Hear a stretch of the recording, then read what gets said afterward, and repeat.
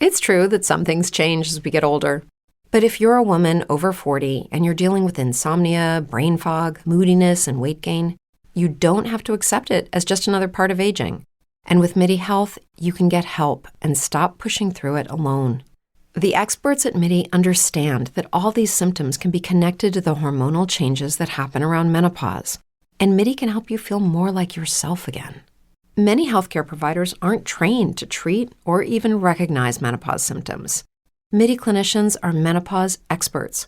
They're dedicated to providing safe, effective, FDA-approved solutions for dozens of hormonal symptoms, not just hot flashes. Most importantly, they're covered by insurance. 91% of MIDI patients get relief from symptoms within just 2 months.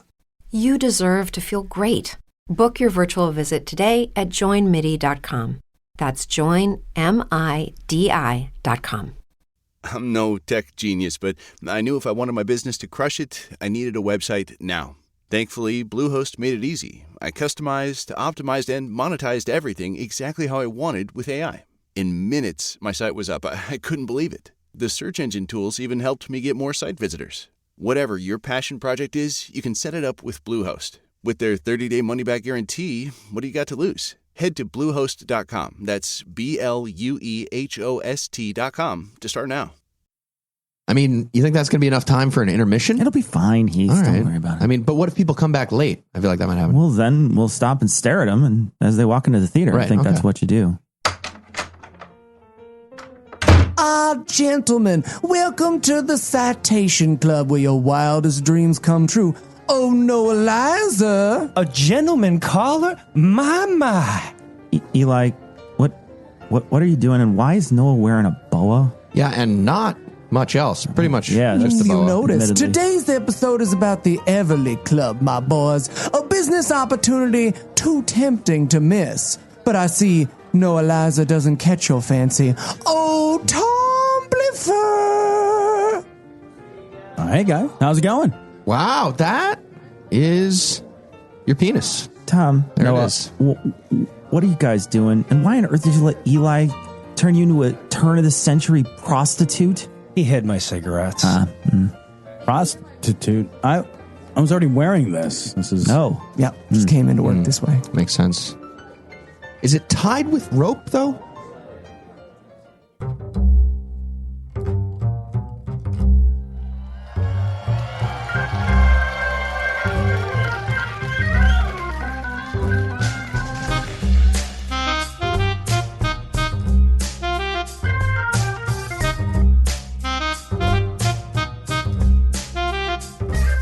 Hello and welcome to the second ever American live record of Citation Needed!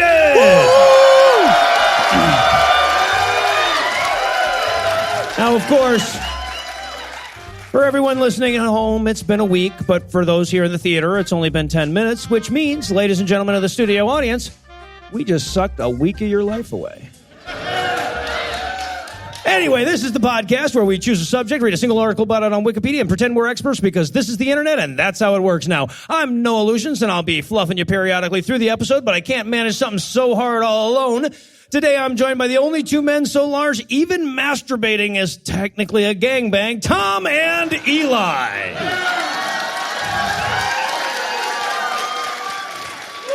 That is just because I can come on my own face. You have to work the angles, people. Get it? Tom, I told you we can help each other out. It's not gay if it's at the exact same time. It cancels out. It's not. That's still very All gay. right. It's like a cootie shot. Now, for the record, I'm pretty sure we can all come on your face, Tom. And anyone who attended Platinum Night already knows that. Yeah. And, of course, also joining us for what will, I'm sure, be a deeply regrettable episode, two men whose sex tapes are widely distributed as proof of Sasquatch, Heath and Cecil. Yeah, I mean, it's just the one tape, though. It was like a BFF thing that we did together. Suck it. Noah and Tom, you guys were there, too. We did the whole thing. We had the picnic. We nice. fed each other grapes, the four of us, just the four of us. Yeah, Beautiful. it was great. Yeah, no, Just very the four of us. That's best the entire friendly. podcast. That was It's fun. the four of us. Four best friends. Tandem bicycle ride, all four of us on a tandem bicycle together.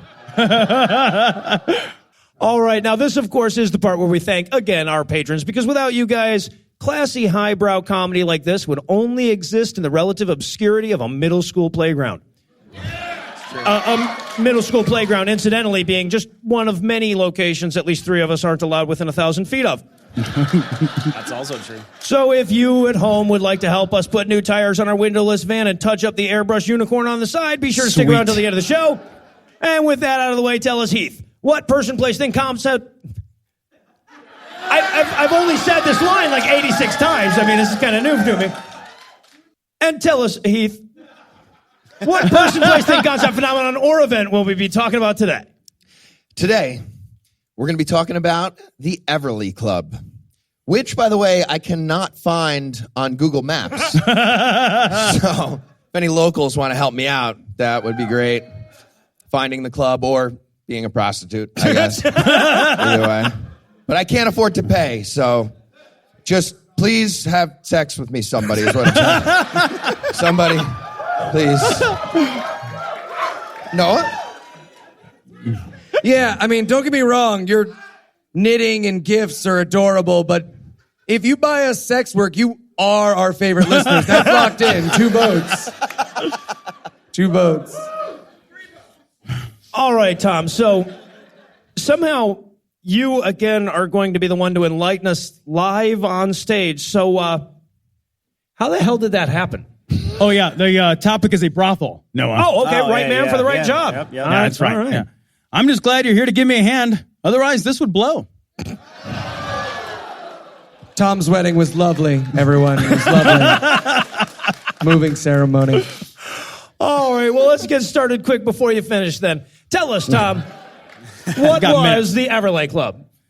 The Everleigh Club was the most famous brothel in the United States and possibly even the world at the beginning of the 20th century. And even though you might not know this story, I can tell you right now that this club has touched all our lives in ways we don't realize and didn't even have to pay for. The Everleigh Club was a brothel owned and created by Mina and Ada Sims. Mina and Ada left their town of Charlottesville, Kentucky, and struck out for Omaha, Nebraska. On purpose. It's such a dumb trip. I know. Now, with their estate inheritance of $35,000, which is about $700,000 in today's money, they decided to invest in the only currency that never goes out of style. Pussy. And depending on your exchange rate, that can be as high as 1 for $130,000. Ouch. Give or take.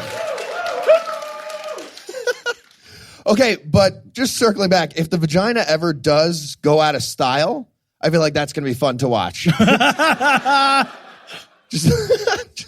just like pimps on a street corner being like, I got fish. Who wants a cloaca?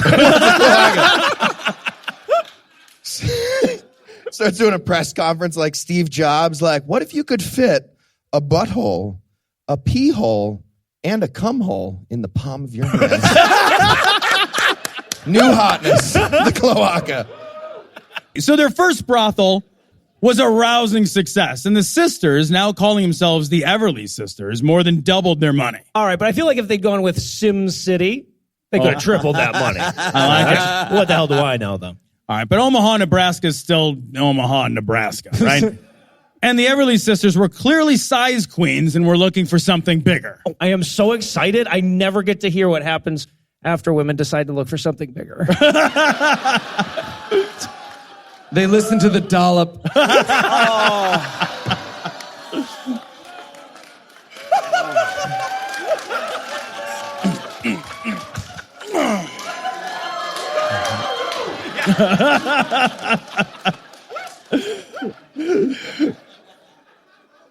You can just hear how funny that visual bit was. So they set off on a brothel tour, which sounds both amazing and like there are not enough showers in the world. Hunting for a location that had, quote, plenty of wealthy men, but no superior houses. In Washington, D.C., they were tipped off by a madam named, no kidding, Miss Cleo. Really? Who directed them to Chicago, where evidently the men had money and the whores were substandard. Miss Cleo was a $2 a minute phone psychic in the early 90s. Glad to see she fucked people for money in her previous career, too. So. Get on the phone. Yeah, let's talk about your past lives, Miss Cleo. Now, the Everleigh sisters decided they weren't going to set up just any old brothel, and they certainly weren't going to try to emulate the kind of establishments that already plagued Chicago. The club was to be located in Chicago's Levee District, an area that was, from the sound of it, a touch low class. The alderman of the Levee District, Michael Hinky Dink Kenna, and Bathhouse John Coughlin, for realsies, presided over the city's prolific strip of saloons and gambling halls and, quote, Bedbug Row, end quote. Bedbug Row is a strip of cheap brothels peppering the area. Feels like Bedbug Row is a weird pick for a name, though. Like, all right, what's the least terrifying rash that people might get? We'll name it after that. We'll name it for the rash they're rooting for. That's like a positive. School shootings row. Oh, fuck. Got some school shooting fans in the house. By which I mean white men.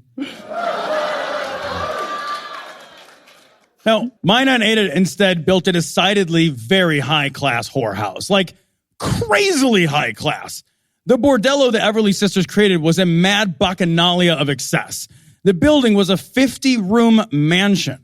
The decor was incredible. There was a gold leaf piano in the music room and a library filled with leather-bound volumes, which I cannot imagine anyone ever read ever. Right? This copy of Huck Finn won't even open. Who's being weird? Who's being weird? Huck Finn? Really? Huck Finn? Racist. Jim's not allowed. You know why. You know why. The curtains were silk, there were oriental rugs, damask easy chairs, mahogany tables, and gold spittoons that cost $650 in 1900 money.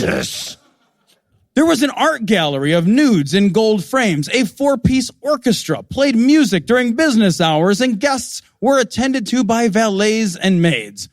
Also, the china was gold rimmed. Yeah, that's the rimming everyone was worried about there, right? What we're saying here is you guys really should have come to Platinum Night. Yeah. Oh.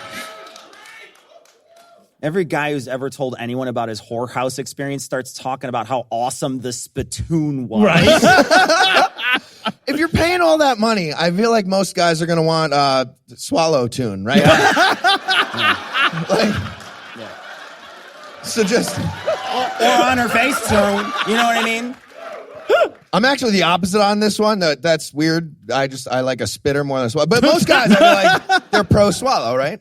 But is this the articles in Playboy of whorehouses or what? Like, you know what's holding back the sex industry? Shoddy decoration. Yeah.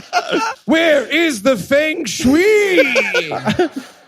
Abigail was great. Knew all about the prostate. 5 stars for service. But pewter cum spittoons. I believe that's a little gauche, is it not?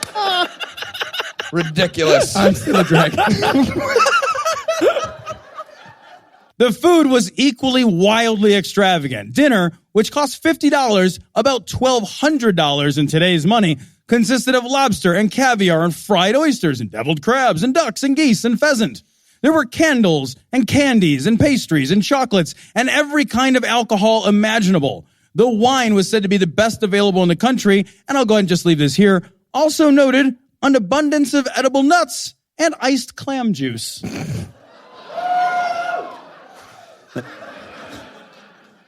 Their slogans, come for the hooker, stay for the duck all around. I spelled cum weird there, guys. Yeah, no, you did. C-U-M. If I went there, I would genuinely end up eating and drinking too much and just like, yes. I'd be all tired and skip the prostitutes.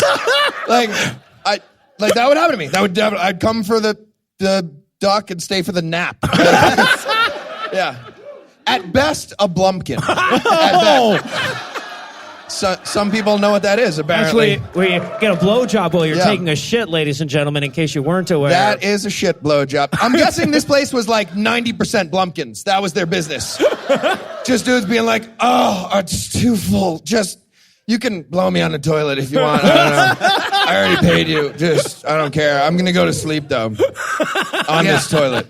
You want a whorehouse to do business? You walk everyone through their old high school and you give them a power bar and some Gatorade. Now, the rooms themselves were equally sumptuous. There was one room boasting 1,000 mirrors, or that's 20,000 in today's mirrors.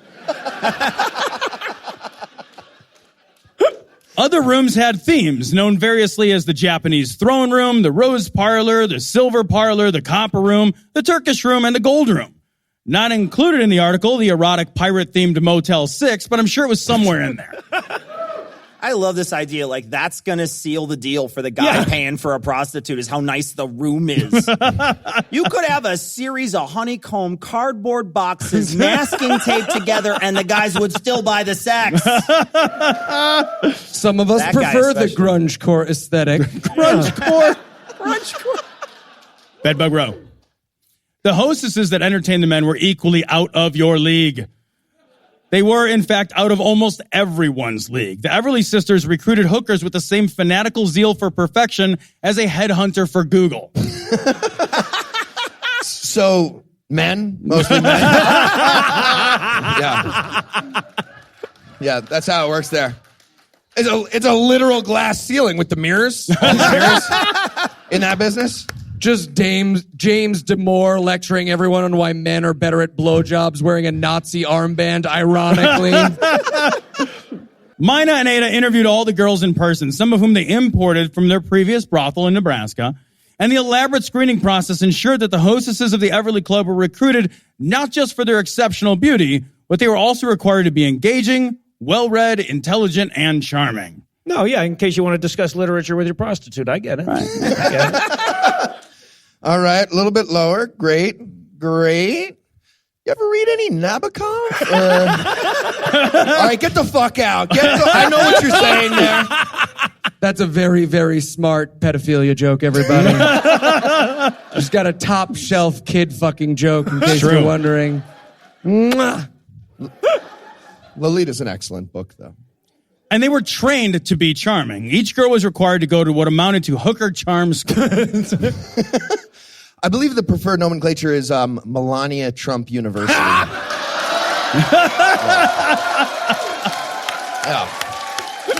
Feckless cunt you. Yeah. Yeah, their mascot is just an animate non-disclosure agreement that carries around $130,000. It's like big, it's like fucking foam, $30,000 in their hand. The women were trained in subjects ranging from art and literature to the art of seduction. That's the only time in history an art degree was actually worth something. What? Cecil hated Annette. You guys heard it here first. Cecil hated Nanette. Boo. Email him. Boo. He hated Nanette. I loved Nanette. Cecil hated it. Boo. Blame Cecil.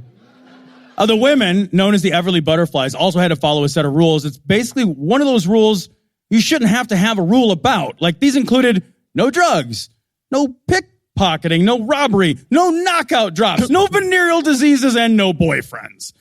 Girls who didn't meet these standards were quickly fired, and new girls who were on a I want to be a whore here waiting list quickly replaced them. All right, Abigail, what did we say about herpes? Get cured and come back tomorrow for work.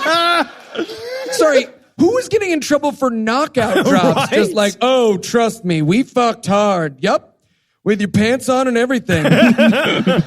And then you shat yourself. That'll be $30. Are you available for another hour? Or? That was fun. The clientele was equally well vetted. So again, no one in this room would have gotten a golden ticket. No, I've met a lot of you. Clients, for real, none of you. Clients had to have a referral letter or be personally invited by one of the Everleigh sisters.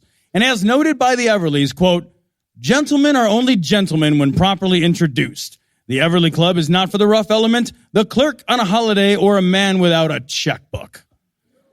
Visitors to the Everleigh are we booing because the whores want to get paid? Is that why we're booing now? I feel like gentlemen are only gentlemen when they're not in a whorehouse. Right. This show's about feminism. It's serious. This is serious. Everybody calm down. Visitors to the Everleigh could expect to pay as much as $30,000 Jesus. in today's money for a night's entertainment, although the cost for the sex itself was somewhere around $1,200. They really nail you on those upgrades. Like rust proofing, extra cup holders, I guess. Yeah. Guy's like, I don't know if I want to pay for the undercoating if I'm providing. The girls themselves made between $100 and $400 a week. This is an enormous sum in an age when a $6 a week job was considered decent pay. And as noted by Mina, one $50 client is preferable to 10 $5 ones. Less wear and tear. Tear? Okay, but at a certain point, if I'm a prostitute, I'm getting tired of Eli pretending he read all of Proust while he, shits in my golden spittoon bucket. I'm gonna be like, all right, let me just get 10 dicks inside of me. Please put 10 dicks inside of me right now. This is exhausting. The Madeleine is a metaphor for life's sweetness, reminding us that which is bitter. Dicks now, please. 10 dicks. I want 10. This is the worst. You looked that up. You've never read that. I have two. Name something else. Hats. Did you say hats? There are hats in a remembrance of things past. Now, all this exclusivity around the club had exactly the effect you might imagine. The Everleigh Club was the only brothel so exclusive that being seen coming and going actually elevated your social status. On opening day, the club had to turn people away. If being seen coming elevated your social status, Pee Wee Herman would be the Duke of Nuttington.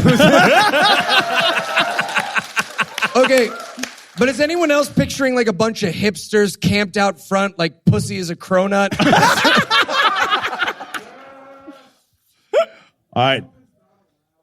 Local legislators, reporters, and others who might have the authority to shut the club down were entertained, as you might imagine, for free. Even so, costs to keep the club open factored in the legal costs in the same way that we reserve 30% of our budget to keep Eli out and only under house arrest. In fact, the prices for staying open were standardized. The Everleigh Club sisters paid over $100,000 in cash, $2 million in today's money in bribes just to stay open. All right. Well, now that we know what classy brothels this city has, I think we need a quick break, so we'll turn it over to a little apropos of nothing.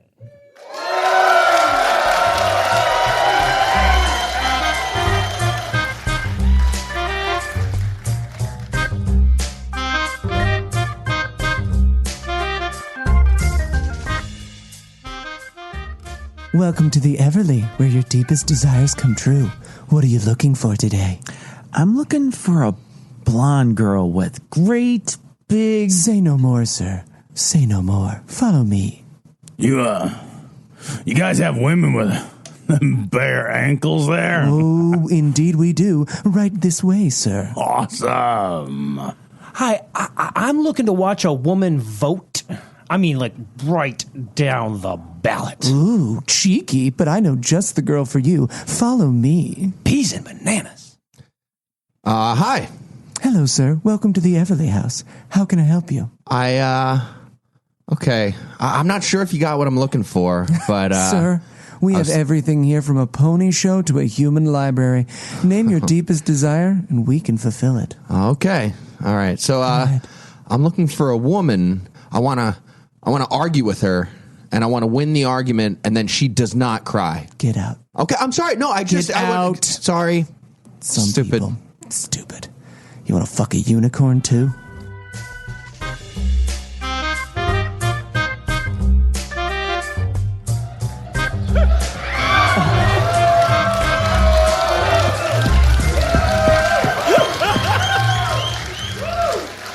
I was hot on the stage. Can I write a sketch where none of the women in the audience laugh at it? And we're back.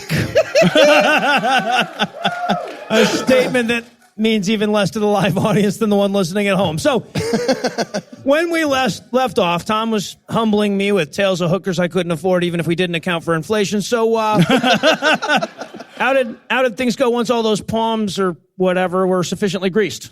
I mean, hopefully a wrist action like this. You see what you missed by not coming to the live show? Hand job advice. You going Euro grip? Yeah. Nice. That's advanced. I'm not gay. It cancels out. Why isn't this over? Yeah. Okay. Still a dragon. Heath and Eli are now pretending to masturbate one another. Not pretending. It's an audio medium. I have to. As you might imagine, with an elite, ultra-wealthy clientele, some of the stories that sprung up around the club are pretty incredible. It being a spectacularly exclusive and expensive club, if the price was right, you could get just about anything you wanted at the Everleigh. In 1900, crazily... Or 2018 in today's years. Right. Yep. It's the conversion. Carry that. That's simple math. That's simple math, idiots. Oral sex, I got your attention, right? Yeah, right. Bring them right back around. Oral sex was considered a pervert action, and girls who went down were paid 2 to 3 times more than the ones that didn't. And in the Levy District in Chicago, oral sex was almost exclusive to the Everleigh Club and was in fact recommended by the club's physician. Physician? Recommended to the prostitutes? Or like to take 2 of these and call me in the morning. Ask your doctor about dicks today. You could ask for it at the pharmacist counter under its generic name, Bonesta. May cause trouble breathing, trouble swallowing, and fatal events. Wait. Are we just moving past the fact that these people invented the blowjob? Gee, what do you think makes our brothel so successful? I bet it's our tasting menu. No! Blowjob! What? I never pretended someone's cat had a personality for a tasting menu.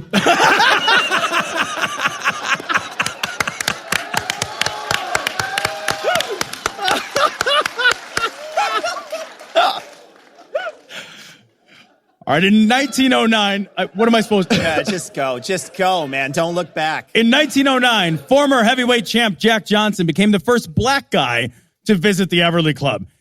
And although the sisters themselves claimed not to be racist, they knew their wealthy white clientele did not share their enlightened views.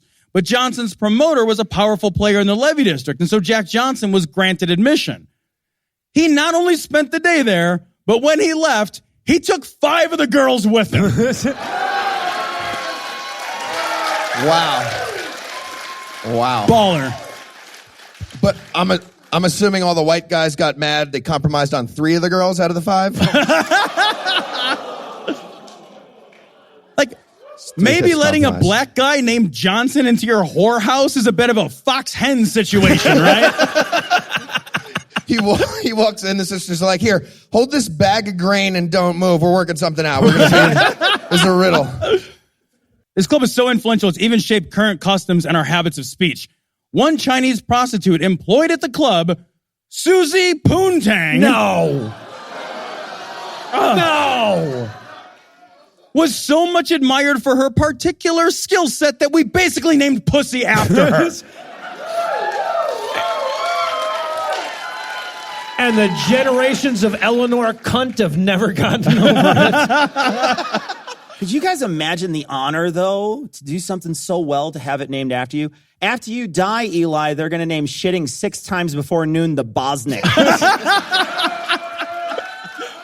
Oh, my God. I am so ready for a Windy City origin story in this one. It's going to be awesome. That's a legacy, though. Like, does this lady still have family that's around? Everyone's doing those family tree projects in 3rd grade. Some kids explaining that grandma invented the twister. and you grab your ankles like so. And then he has to spin you. You can't spin yourself. He'll break a dick off. I'll show you pictures. Don't do that. It's incredibly dangerous, and you will wind up in the hospital. Now, going to the Everleigh Club was, in its time, referred to as getting Everleighed, which is where the phrase getting laid is thought to have originated. And on the custom of drinking... I tried so hard to disprove that before I saw that in the essay. I couldn't definitively do it. Anyway. I'm picturing Lucinda walking in on you, Googling getting laid. This is for work. I'm trying to prove Tom wrong. And my wife would have said, "Oh no, I get it. Okay, so you want to have sex afterwards?" That's right. Let's fuck later. No. Soft no.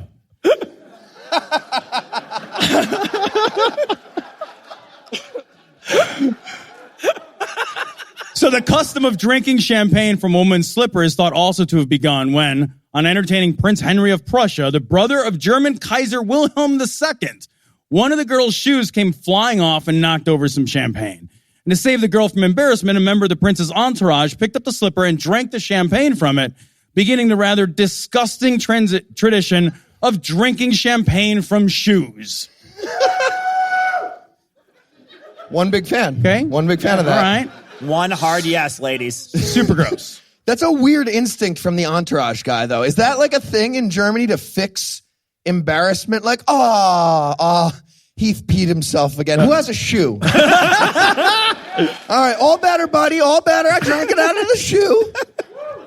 Follow-up question. What the hell does this guy do when he sees a period stain on a dress? Oh, Jesus. I'm just asking the questions here, guys. Drink champagne from her diva cup? Oh. Would that do it? I'll accept it. I'll accept it. Some users of the diva cup out there. Yeah. All right. All right, one famous client, a man known as Uncle Ned, was once a year known to rent out the whole club. Think about how much that must have cost. He didn't eat or drink. He didn't request a bath or even request time with the girls in the rooms upstairs. Instead, he would cram each of his bare feet into a bucket of ice, drink a tall glass of sarsaparilla, shout, "It's a wonderful day for an old-fashioned sleigh ride," while the girls danced around him singing Jingle Bells. All right, apropos of nothing, I've decided what I want for my birthday. It's official. How excited are the girls on Uncle Ned Day? Right? They are high-fiving like Amazon warehouse workers on an extended bathroom break, you know? Jesus. Another well-known client was the Gold Coin Kid. The Gold Coin Kid always requested the same girl, known as Doll, whom he paid to have her recline on her bed with her legs spread. The Gold Coin Kid would then toss gold coins between her legs, and she was allowed to keep the coins that hit the bullseye. Jesus Christ. I'm guessing he got a little more creative, and that's how Plinko was invented. You guys remember? When she's leaving the room, she has to be really careful not to bump into any spikes, so the coins just shoot everywhere. Okay, we're laughing, but these two men are real Americans. There was no Google. There was no internet. They knew what they want, and they got it. I'm going to put my feet in some ice. You all dance around and sing my favorite song. I'm going to die at 30. So there were other bizarre entertainments available, such as the strip whip matches, which involved the girls doing a little naked wrestling, during which they would whip each other bloody. Right? Yeah. When the aforementioned Prince Henry visited the club, he had the girls rip a cloth bull into pieces with their teeth in a reenactment of the murder of Dionysus' infant son. Right, no, because he was classy like that. Right. Okay, I changed my mind about the birthday thing. I have a new plan. Talk about it later. So the club continued to operate its mad and wondrous bacchanalia of excess for 10 years. And Mina and Ada pocketed around $1 million. That's $20 million in today's dollars in cash. They also accumulated a vast fortune in jewels and fine furnishings. Well, and from what you just said about the gold coin kid, you can only imagine how hard they had to work for those shiffer ropes and shit, right? The cause for the shutdown of the Everleigh Club is a little unclear. Wait, is it? Is it unclear? The club came under some suspicion when the son of the famous Marshall Field was found shot dead. And although it was later concluded that he shot himself by accident, rumors circulated that an Everleigh girl had shot him. Yeah, it was the same girl that caught the coins. Her real name was J.C. Penney. Nice.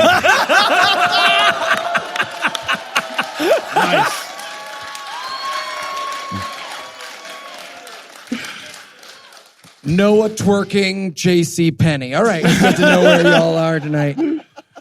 Other reports indicate that a fine leather-bound pamphlet that was created by the Everleigh sisters as an advertisement fell into the hands of reformers, drawing unwanted attention from Victorian-era prudes. Reformers. Sorry, I totally meant reformers, not prudes. That's... Oh my God, I've never hated religion more. Either way, the club was shut down in 1911, though they were given notice and allowed to throw one last party. Because that's how shutting down works. At midnight, the club's doors were shut and locked, in part by some of the police who were, just moments before, partying with these girls. The Everleigh sisters retired from the madam business almost unimaginably wealthy, and they spent the rest of their lives volunteering for women's organizations, reading poetry, and probably throwing golden coins into the asses of their manservants. Yeah, that's the American dream right there. Okay, so that's Plinko and Stinko. That's fun. Yeah. Couple fun origin stories. All right, so if you had to summarize what you've learned in one sentence, what would it be? That I'm not telling you in front of this crowd. All right, now normally we end up with a little quiz here, but for the live show, we're going to do something a little different. I brought along these 5 gold coins.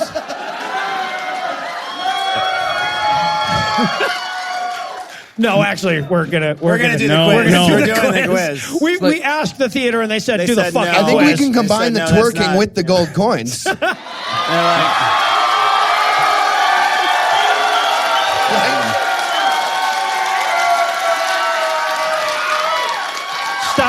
Stop promising things that will never fucking happen on the live show, man. Thanks. I can't decide if the dress rehearsal went well or not well. I still feel conflicted about that.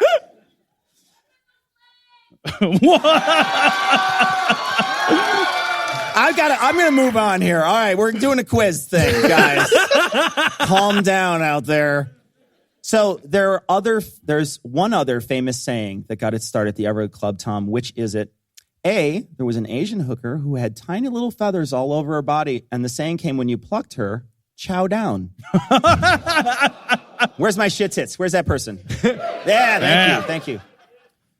B, the reason they outlawed drugs was that the women required more foreplay because they were high and dry. Popular game they played in the dark at this establishment. It was like pin the tail on the donkey, but with insertion, they called it what the dickens.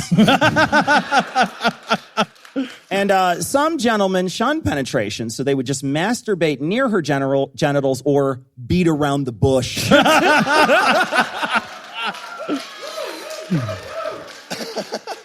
Okay, it's beat around the bush, and we're not talking about how I know that. Yeah. Come see me after the show. All right, Tom, which of the following signs was posted on the front door of the Everleigh Club? Was it A, home of Chicago's best Blumpkin pie? Oh. A la commode. Oh. Thank you. Pun people. B, the wage gap just got tighter and looser at the same time. I love that one. It's a good one. Good. It's a real thing that exists. C, it's a literal shower made of literal gold and bronze. Don't make it weird. Or D, no, Fred Trump, we're not going to pee on you. Seriously, stop asking.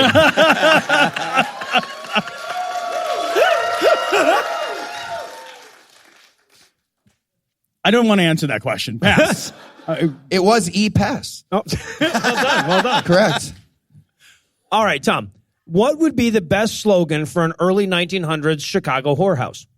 A, the original deep dish. B, the best trenches of the 1910s. That's fucked up.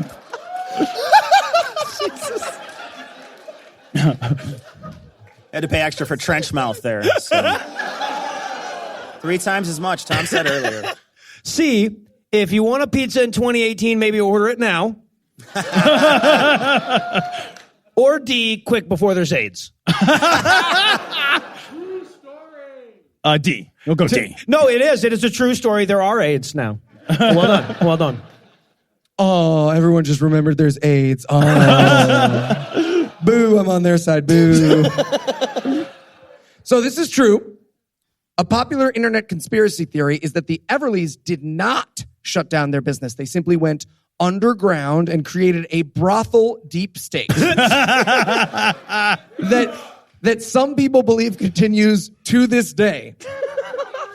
Who has been accused, don't get ahead of me, who has been accused of being part of or a victim of the Everleigh organization? Is it A, Natalie Wood?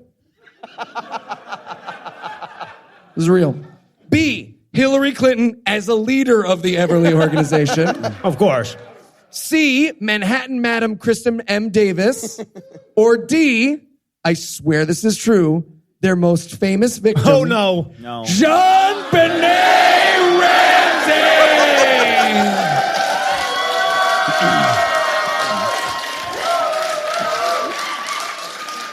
That little girl was a person. I know. Was. Yeah, was. She's not out in the audience. No, I don't care. I'm just noting it. Okay. Yeah.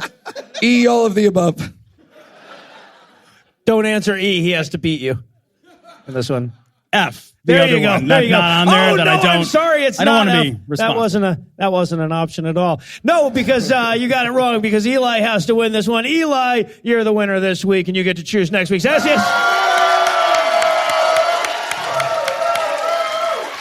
I choose my best friend in the world, Cecil. Aww. All right. Well, I'm glad we could close it on a little love. And then a little hate. All right, well, for Cecil, Eli, Heath, and Tom, I'm Noah thanking you for hanging out with us today. We'll be back next week, and by then, Cecil will be an expert on something else. Between now and then, you can hear more from Tom and Cecil over on the Cognitive Dissonance podcast, and you can hear more Eli, more Heath, and more me at The Scathing Atheist, The Skeptocrat, and God Awful Movies. And if you'd like to help keep this show going, you can make a per-episode donation at patreon.com/citationpod, or leave us a 5-star review everywhere you can. And if you'd like to get in touch with us, check out past episodes, connect with us on social media, or check out the show notes, be sure to check out citationpod.com. Thank you guys so much for coming out. You've been great, Chicago. Thank you. Thank you.